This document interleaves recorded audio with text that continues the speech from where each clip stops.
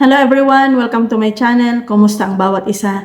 Naway kayo ay nasa mabuting kalagayan. Sa video na to ay aking ibabahagi kung paano aabutin ang layunin ng Diyos ng may pagtsatsaga. Ang bawat taong nilikha ng Diyos ay mahalaga at mayroong layunin sa mundong ito. Kapag ito ay nalaman, nadiskubre or nahanap mo na, ito ang magbibigay ng lakas ng loob, ng inspirasyon, ng sigla na gawin ang mga bagay tungo sa katuparan ng layuning ito. Ang aking ibabahaging ito ay patungkol kay Apostol Pablo na mababasa natin sa Filipos 3 verses 13 to 15. Mga kapatid, hindi ko ipinapalagay na nakamit ko na ito. Ngunit isang bagay ang ginagawa ko habang nililimot ko ang nakaraan at sinisikap na marating ang layuning nais kong makamtan. Nagpupunyagi ako patungo sa hangganan upang makamtan ang gantimpala ng pagkatawag sa akin ng Diyos sa pamamagitan ni Kristo Jesus, ang buhay na nasa langit. Ganyan ang dapat maging kaisipan nating mga matatag na sa pananampalataya. Kung hindi ganito ang inyong pag-iisip, ipapaunawa iyan sa inyo ng Diyos. Ang Filipos ay isinulat ni Apostol Pablo para sa mga mamamayan nito habang siya ay nasa house arrest sa Roma. Habang siya ay naghihintay ng kanyang paglilitis sa pag-apila niya sa Roman Emperor na si Nero. Tinukoy niya dito ang layunin na nais niyang makamit at mayroon siyang tatlong bagay na binanggit dito upang ito ay makamtan. Ang una ay makikita natin sa Filipos 3 verse 13. Sabi niya doon, "Forget what lies behind and look forward." Limutin ang nakaraan at tumingin sa hinaharap. Si Saul na ngayon ay Pablo ay isang taong may mataas na pinag-aralan. Siya ay may sinasabi sa buhay. Isa siyang taong nirerespeto. Ngunit sa kabila ng mga nakamit niyang ito or mga napagtagumpayan niya ay hindi niya sinasabi na nakamtan niya na ang lahat. Hindi niya sinasabi na perpekto na siya. Nakakagawa pa rin siya ng pagkakamali, nagkakasala pa rin siya, nag-i-struggle pa rin siya sa mga bagay sa mundong ito. Ngunit patuloy pa rin niyang sinisikap na marating ang kanyang layunin. Nagpapatuloy pa rin siya sa kanyang paglago, sa kanyang espiritual na buhay. Sabi niya doon sa Filipos 3 verse 5 to 6, "Tinuli sa ikawalong araw mula nang ako'y isilang, ako'y isang tunay na Israelita, buhat sa angkan ni Benjamin at totoong Hebreo. Kung pagsunod naman sa kautusan ang pag-uusapan, ako'y isang Pariseo. Kung sa pagiging masugid ko sa kautusan, inusig ko ang iglesia. Kung sa pagiging matuwid naman, ayon sa kautusan, walang maisusumbat sa akin." Ito yung teksto na bumubuod sa mga napagtagumpayan or mga achievement ni Pablo. Ngunit sa kabila ng kanyang mga narating, nilimot niya ito at itinuring niyang mga walang kabuluhan. Ano ba itong mga nakaraan ni Pablo na gusto niyang limutin ayon sa ating tekstong ating binasa?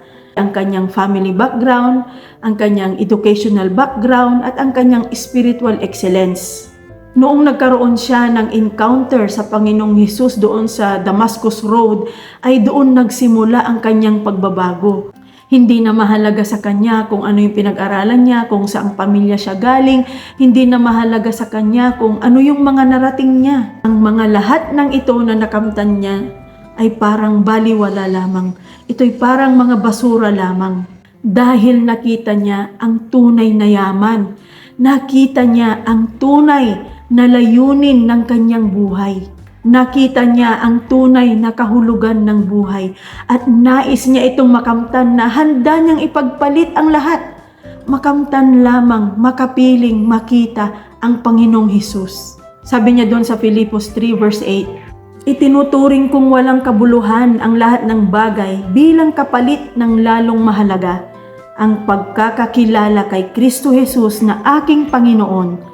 Ang lahat ng bagay ay ipinalagay kong walang kabuluhan at itinuring kong basura, makamtan ko lamang si Kristo."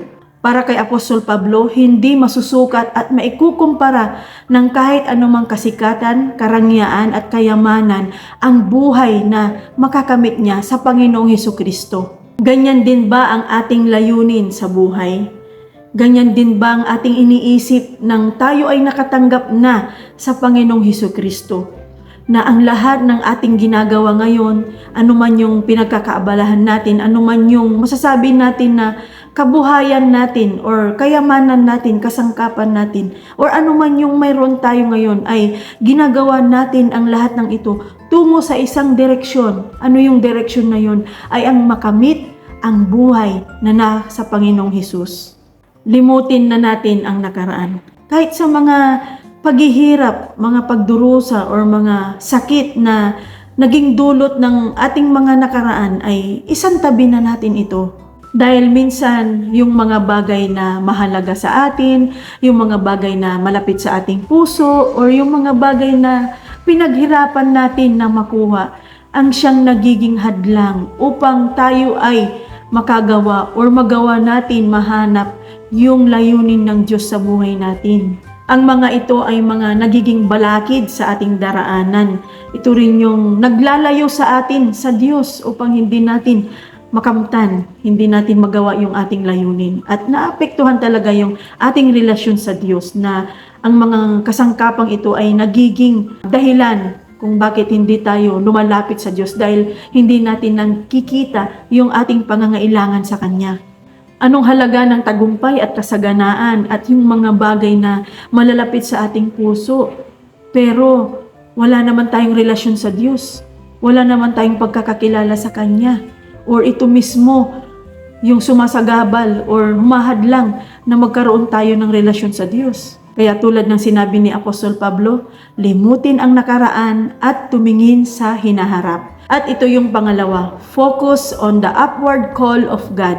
Mag-focus sa pagkatawag ng Diyos. Bakit kailangan nating mag-focus? Dahil ito yung pinakamainam na hakbang upang maisakatuparan natin, maisagawa natin yung pagkatawag ng Diyos sa buhay natin.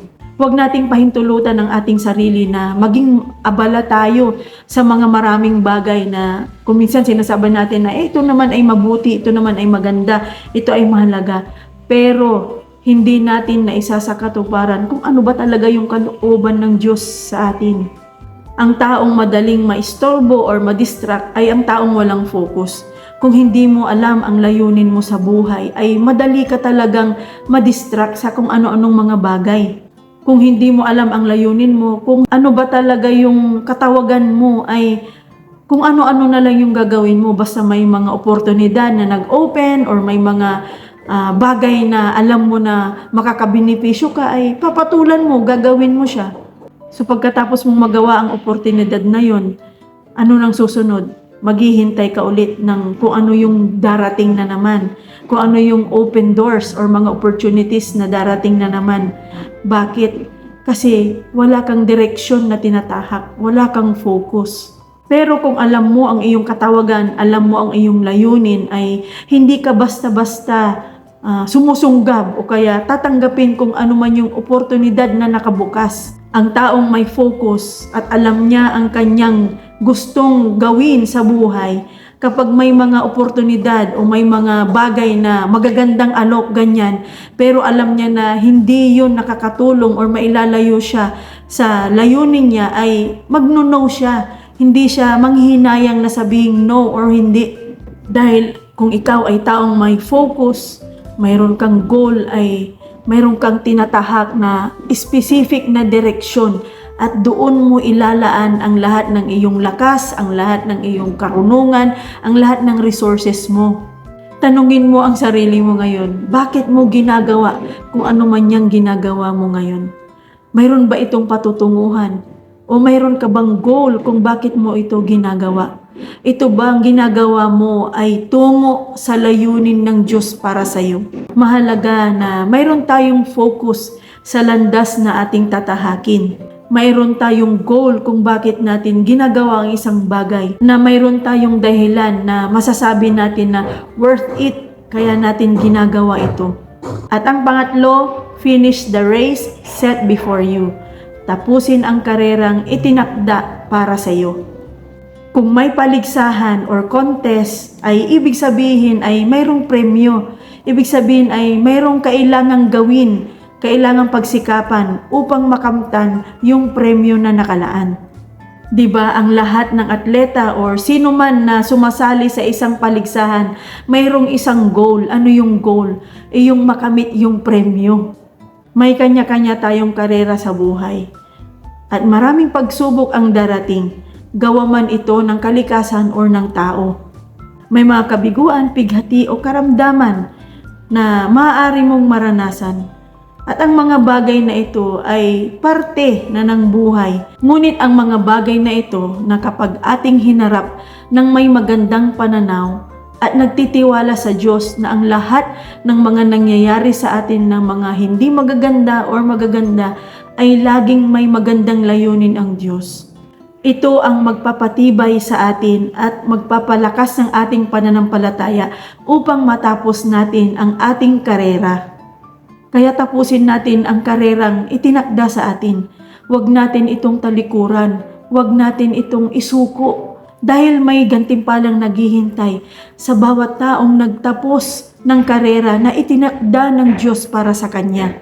At ang gantimpalang iyon ay ang makasama at makapiling ang Panginoong Hesukristo. Sinabi sa Filipos 3 verse 15, ganyan ang dapat maging kaisipan nating mga matatag na sa pananampalataya. Kung hindi ganito ang inyong pag-iisip, ipapaunawa iyan sa inyo ng Diyos. Sinabi ni Apostol Pablo na kapag tayo na ay malago na o lumalago sa ating pananampalataya ay maging ganito na ang ating pag-iisip or yung mindset. Mayroon na tayong goal, mayroon na tayong focus, yung ginagawa na natin yung ating pinakalayunin na ibinigay ng Diyos sa atin. Pero sinabi niya rin doon na kapag hindi pa tayo umabot sa ganong pag-iisip ay humingi tayo ng tulong sa Diyos. Humingi tayo ng karunungan, ng pag-unawa para malaman natin ano ba yung layunin natin sa buhay. Naway magbigay ng inspirasyon at encouragement ang ibinahagi ko sa video na to at iyong malaman, magawa at makamtan ang layunin ng Diyos sa iyo.